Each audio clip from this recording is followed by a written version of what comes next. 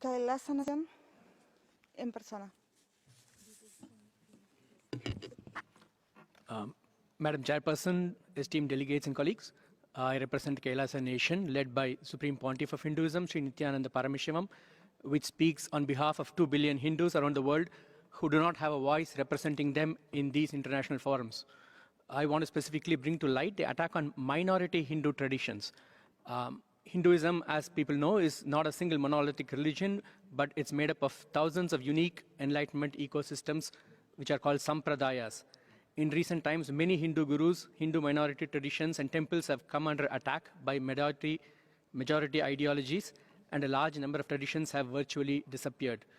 There has been no recognition of the attacks by international human rights groups, as in these cases, it is difficult for outsiders to distinguish the attackers from the attacked.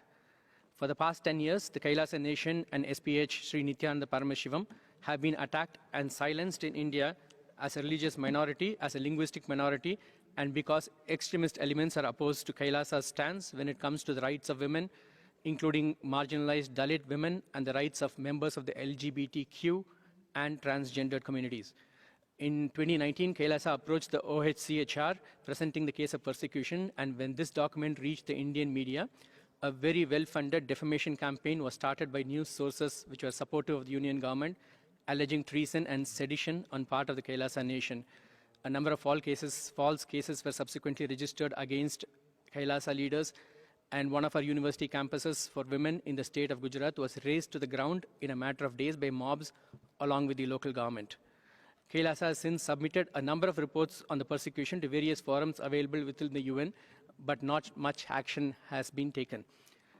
In June 2021, Kailasa made a submission on the attacks of ASMT women in the session by the UN Committee on Elimination of Discrimination Against Women on the Rights of Indigenous Women, and further submitted reports how to end femicide and on gender justice.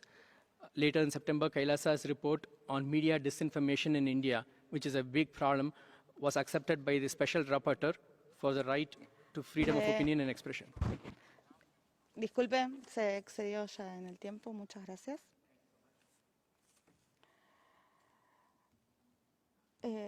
Es el momento de llamar al representante online de la misión permanente de CRIS Republic.